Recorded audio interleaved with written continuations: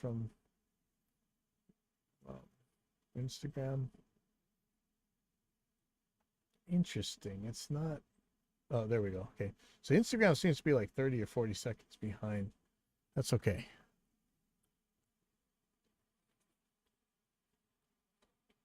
It's just setting up now. And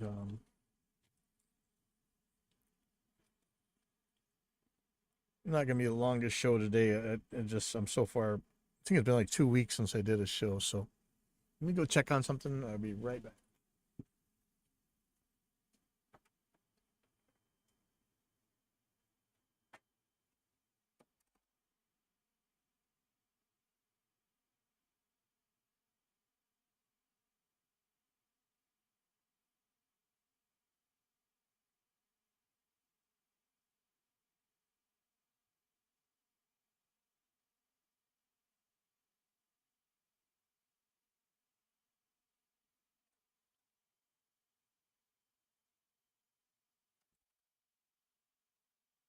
Okay. Hey, hello, whoever's joining. Hopefully this is going. Yeah, so I'm watching the timer. So Restream is showing me 23 seconds. Instagram is showing me 45 seconds. So it's about 30 seconds behind what it's sending out on Restream. Let me compare it with okay. Okay. Here we go. All right, welcome to Evidence-Based Audio number 220, and this is the Clone Wars. All right. So first of all, I'm attempting to multi-stream to Instagram here, and we'll see how that goes. But I should be able to see your guys' chats on both formats, and I'll see if this works. I'll try and get to TikTok if you guys really think I should. So first of all, Mike Robinson, he's a channel called Let's Talk About Reaper. I think he runs the Reaper, what do you call it, Discord room. This is a good guy to watch no matter what. He's got all sorts of Reaper tips and even just recording tips in general. So even if you're not a Reaper user, this is a great guy to watch. So his YouTube channel is called Let's Talk About Reaper. And so he's talking about a new theme called, it's a theme from Reaper Tips. There's another channel you guys should be watching. A bit. Look at that. All kinds of smudge. The one must properly on my screen. 50% just don't.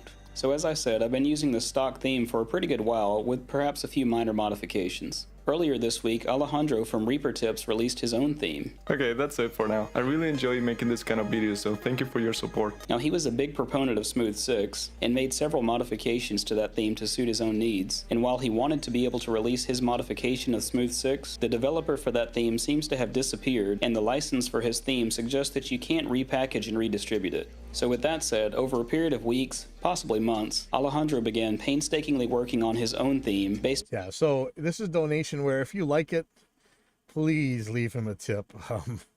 So it's a lot of work making themes. You know, I think in the early days you guys saw us making some, but man, that's a pain. On the Reaper 6 stock theme. I've been test driving it for the past couple of days, and I have to say it's become my new favorite theme.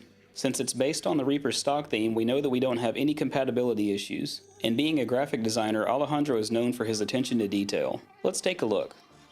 What you're currently looking at is the Reaper 6 stock theme. As I said in the introduction, I'm running 4K resolution at 150% scaling, and every element of this theme looks crisp and clean. I've already installed the theme, so I'll go to Options, Themes, and Reaper Tips Theme TCP Right Side Effects. And upon changing to the Reaper Tips theme, my display has instantly become smoother. That's the only words that I can use to describe it. I definitely like the more rounded faders in the mixer, and the appearance of the effects slots is nice as well. The blue accents for the toggled on buttons in the toolbar really help them to stand out. Yes, and while the please. theme is not drastically different from the Reaper 6 default theme, at the same time it is, but in a good way. There's nothing that's too distracting that takes away from my workflow, and if anything, it enhances my workflow. I would dare say that the theme even makes things sound better. Of course, I'm kidding about that, but it does make for a very pleasant... So one thing that I'm always complaining about is how the grid lines look when you have multiple. So it's hard to tell. That's a quarter note. That's a quarter note. The eighth note is a little bit duller. Like, it is really hard to see these lines right here. And that's not, hey Max, this hasn't really improved the line visibility any. Now he's saying to go to preferences and change to solid grid lines. I think it's in preferences. Let's see. Show dotted grid lines. Okay, I'm going to change that to solid.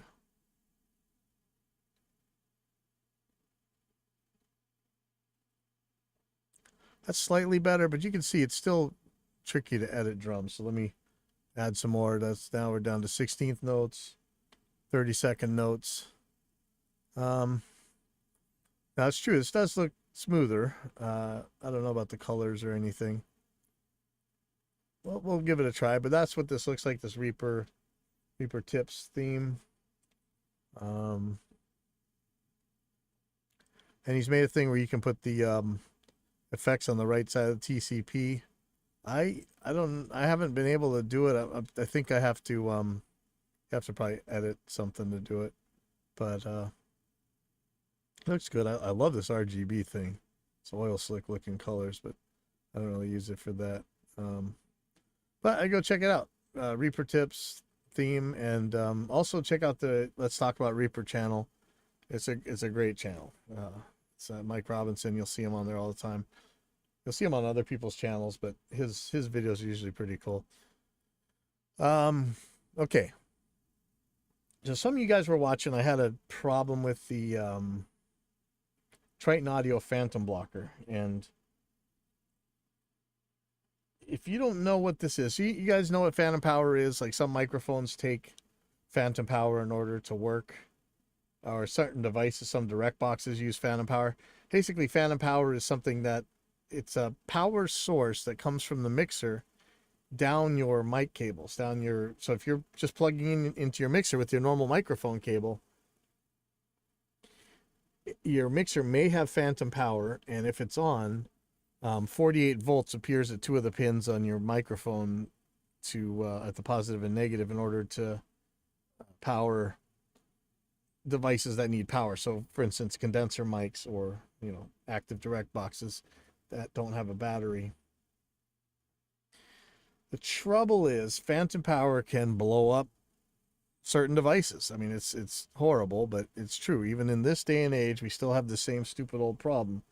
And on my Line 6 Helix, which it shouldn't have, there's phantom power can make serious problems for the outputs. Not just the XLR ones either. The unbalanced, or what they're saying are impedance balanced, but I don't know. Something said tip sleeve. Other people are saying it's tip ring sleeve. I don't know. I don't know if I believe it. But the 1/4 inches, if phantom power is present on that, even though it's an unbalanced connection, it sounds horrible. It makes just this crazy, distorted barf sound. And so you need these phantom blockers on there. And I was having the weirdest problem because I would have to put a miswired cable in order to make the phantom blocker work with unbalanced signals. And I kept going back and forth. I think I made some videos, more Triton Phantom Power mystery. I have an old video I made on my YouTube channel. Here. Let me redo this. Let's see. Okay, now something weird. I should be able to see Instagram live. Let's see. So I actually tested this. See if I can get to some of these. Jeez, I was on there for an hour. So I took out a multimeter and some other devices, and I tested this thing, and it turned out that if I flipped pin 2 and 3, everything worked. And to make a long story short, the teal deer is I went back and forth with Triton Audio. Went as much as I could figure out on their page. I went back and forth with their email, and finally at the end described how it was wired, because I suspected that pin 2 and 3 were flipped, were miswired, and it turns out that they were. The company confirmed it with me. Now here's what I really want to say. Don't let forum gaslighters give you any crap. If you really find a problem, that problem could very well be real, no matter how much the faithful scream that, oh no, you must be doing something wrong. It's an error between the keyboard and the chair, whatever. Really check this thing, because it turned out that yes, indeed, it was wrong. You had a million voices telling me I must be screwing up, but nope, turns out there was actually a problem with the wiring here. And one thing I really want to make clear, I'm not sure if I'm allowed to share my emails with Triton Audio, but they were willing to send me new units to make up for this. That is some customer service. Now, I told them I flipped the wires. Once they confirmed that the wires were flipped, I just soldered them, resoldered them myself, and I'm perfectly happy now. Everything is working, but this is the mark of a good company with good customer support. So if there's anything you need from Triton Audio, I would say go for it. Let's see what they make here. So they make the Phantom Power Blocker, which you should have. You should have something around. You can make these yourself, but I really like their version. It's really handy. So they have a FET head, which boosts your microphone. I'm using a, am I using a FET head here? I'm using something like a, either a FET head or a, what's the other one? A cloud lifter. I'm using a cloud lifter. I think. What's going on? Yeah, there's a lot going on. Let's go. So I'm using a cloud lifter. They make it's the same sort of thing though. I think the FET head does the same thing. They have a FET head Phantom for boosting your condenser microphone. I don't know why you would need to do that, but maybe there's a reason. FET head germanium with like I guess a different transistor in there. Now we're getting silly. FET head transformer for another. See, we're really getting silly. A bunch of FET heads, okay. Airhead attenuator for all types of microphones. Now that sounds handy for if you have a mic preamp that just can't pad down and you got a too loud of a kick drum, like what's going on out here. Ultimate levitation damper. I have no idea what that is. Let's take a look at it. So they do have their own phantom power supply, a pocket-sized DI, they say, piezo pickup preamp. Interesting. Well, let me see what this levitation damper is, because I might just be getting upset. Magnetic levitation damper. Neo level eliminate direct coupling and floor related distortion. Okay. Ethan Weiner will probably have something to say about this, but actually, I could find some use for it. I don't believe in the damping part. Hey.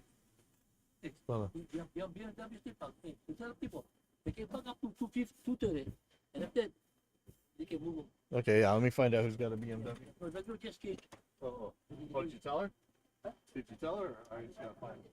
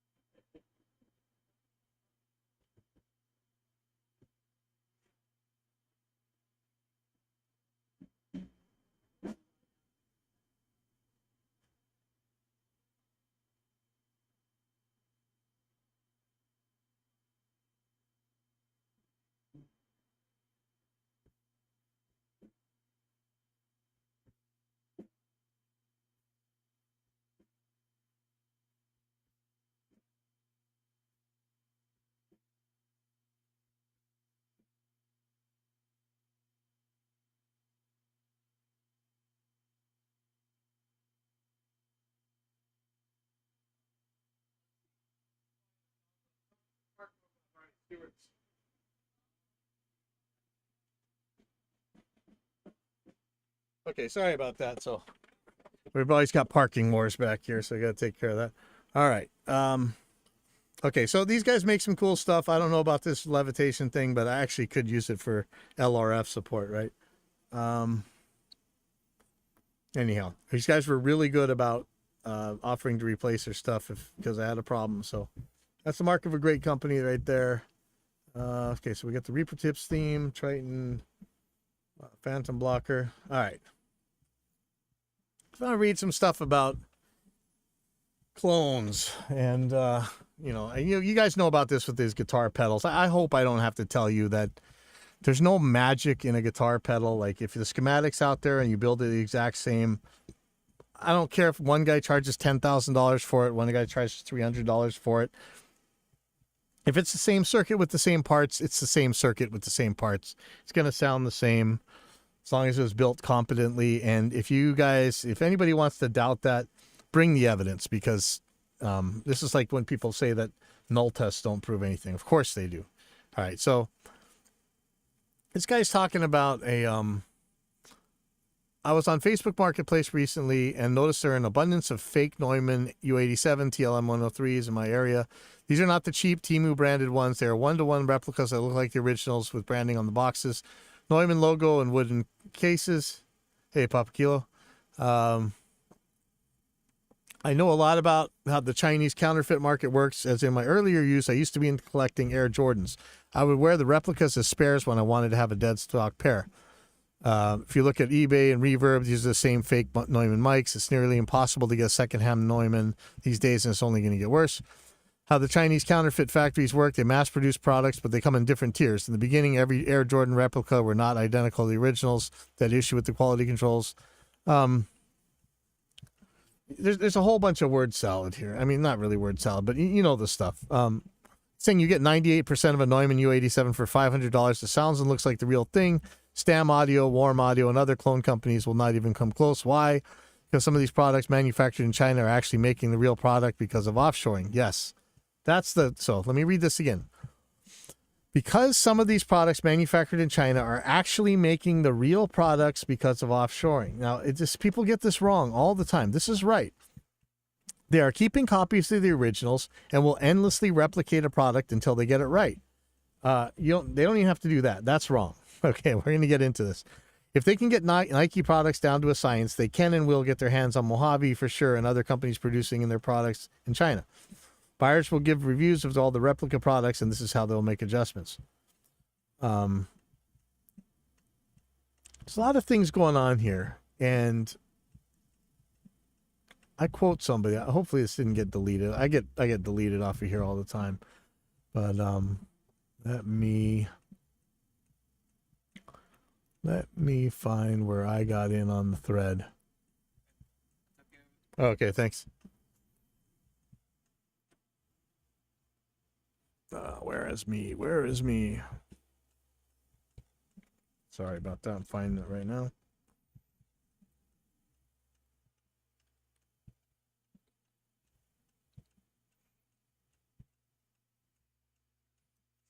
Okay, so I was quoting Pugga Mahoney where he says, if two microphones are made by the same factory on the same line from the same materials to the same specs and they look identical and you can't hear a difference and they come with the same case candy, then what makes one of them fake?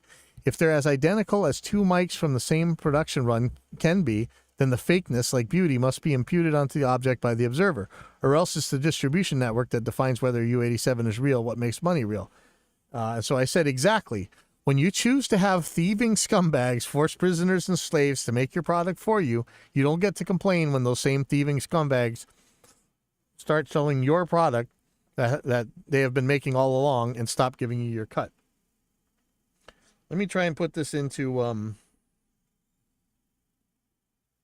dummy speak, like I speak, okay? So many companies right now have China...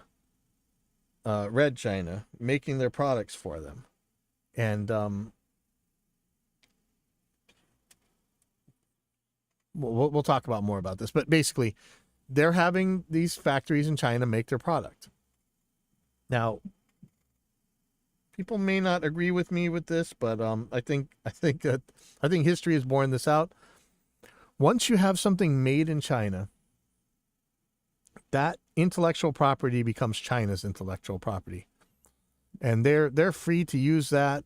I mean, technically they're not, but they do. They're free to make their own runs of that same product. But here's the thing: the factory that makes spiffy brand X microphone, whatever, what do you think is to stop them from just keeping the conveyor belt running and building a bunch of their own and then just selling those without giving you, the original intellectual property owner, your cut? Nothing. Nothing at all. And they do this all the time. So when people say something is fake or it's a clone or whatever, is it really a fake or a clone if it's made on the same assembly line by the same people with the same specs, with the same parts, with the same everything? Is it a clone? I mean, really, that's just the real thing, isn't it? That's all that is. You guys can, I mean, it's almost semantics at this point to call it anything else but the real thing. And, you know, I put it a little bit harsh, you know, when you have thieving scumbags force prisoners and slaves to make your product for you, which is true. I mean, you know, do we have to bring up factories made by ultra hip American companies that have to put nets on the side of their buildings to prevent suicides, that have to have the soldiers come and force them to stay at work instead of going home? Like, it's pretty bad. And so Joe Q, who I always get along with, but I think we're talking past each other here. He says, I found one of these articles and it seems the kids are willingly knowing buying fakes. It's a sign that in fashion, at least, people care more about being seen with the desirable logos than they care about the actual quality of the item. Not just in fashion, in audio, it says the same thing. But what I'm saying is there is no difference in quality. It's the same product. The difference is the original IP owner isn't getting a cut. And that's really what it is. If you're selling stuff off the same line, I think you guys can think of many examples in recent history where there were alleged fakes out there, but they had to have governments actually stop shipments because there was no way to tell from the real thing, because they were the real thing. They were made by the same people. They, you know, the only difference is they didn't give it to the original IP holder to sell in the first place.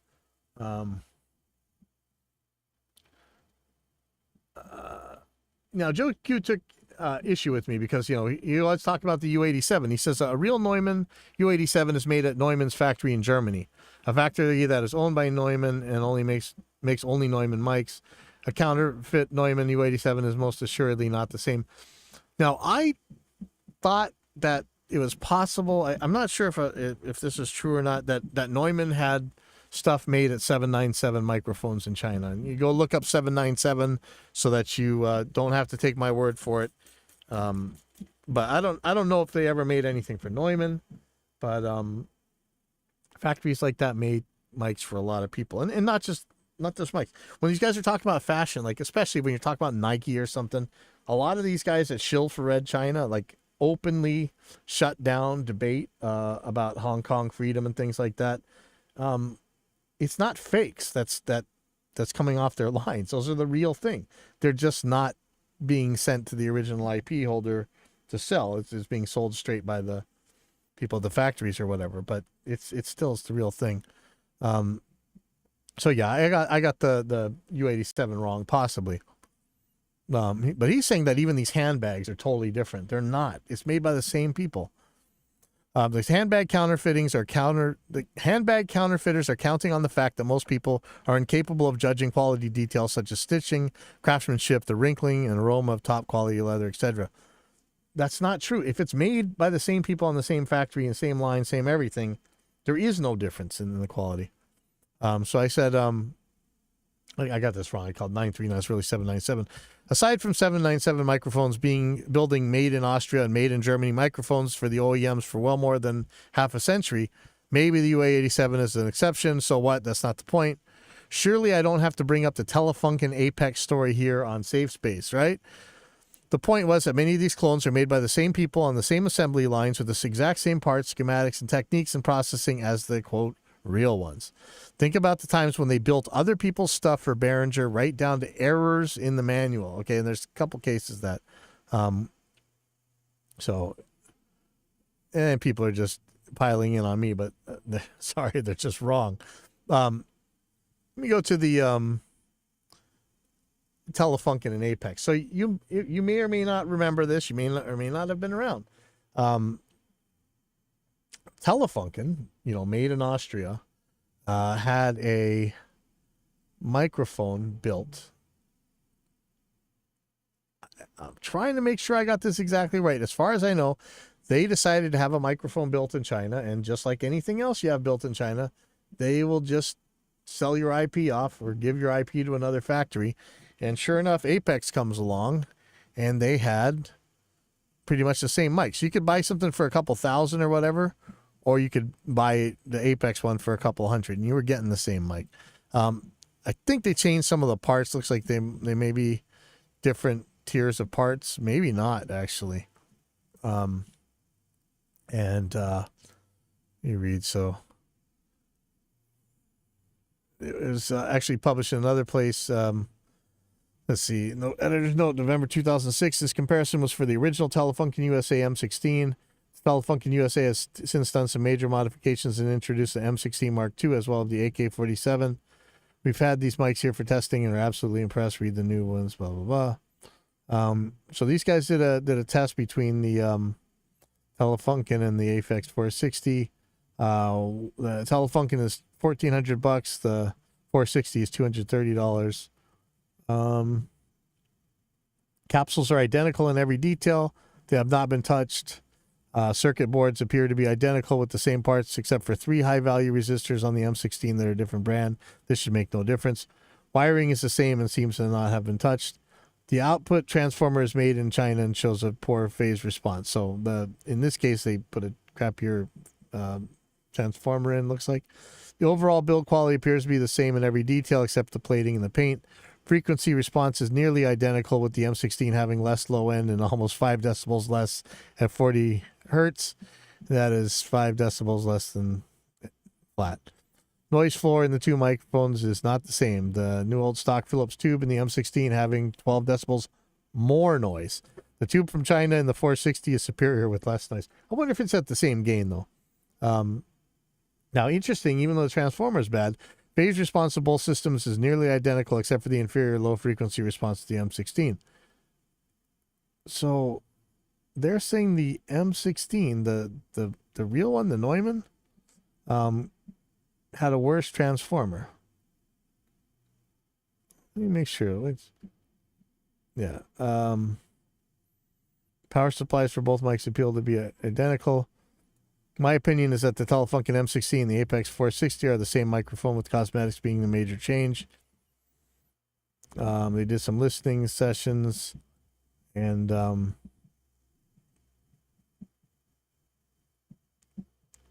so Jack Hicks wrote, even though significant improvements were made to this microphone, it was only after they were outed. The fact that they would pull such a stunt to begin with has taken Telefunken off my radar.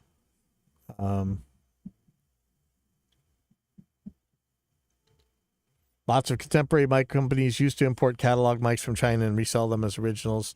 The only difference was the paint job and the badge. Nearly all those companies have since gone off scale and are producing innovative quality products today, whatever. He answers back, sorry, Matthew, once a con, always a con. I'll never trust Telefunken again. Ouch. So here's where we are. So let's look at the frequency response, which is what really matters. These things are so close together, with the Apex, the cheaper one, actually being slightly flatter on both the extreme highs and the extreme lows. So what does that tell you? Crazy, right? So that's what we're talking about. We're talking about clones. What's real, what's fake? Sometimes they're the exact same thing, made by the same people. There's 2 other products that I think everybody want to talk about. 2 court cases. Behringer versus Apex for something like the Exciter, and Behringer versus Mackie for the Eurodesk versus whatever the Mackie thing was. Behringer was it Eurodesk? Now these ones, one, I think Behringer lost, and one Behringer won, and it got to the point where they even copied errors in the manual. I mean, now these were actually different products, but they didn't have to be. And that's why I say a clone, make sure you may be after a distinction without a difference when it's coming to alleged clones and things like that. They may not be clones. They may be the real thing. Anyway, like I said, this is gonna be a short one. I know it's just half an hour. I really wanted to test out whether Instagram was gonna work for this or not. It seems okay. It's kind of a pain setting up, but hey, it works. Wonder if I could pull this off on TikTok. That'd be funny. So anyway, thank you guys for tuning in, and I'll see you guys next week. Hopefully I'll get through this a little bit earlier, and hopefully I have some guests again. Those were fun when we had them.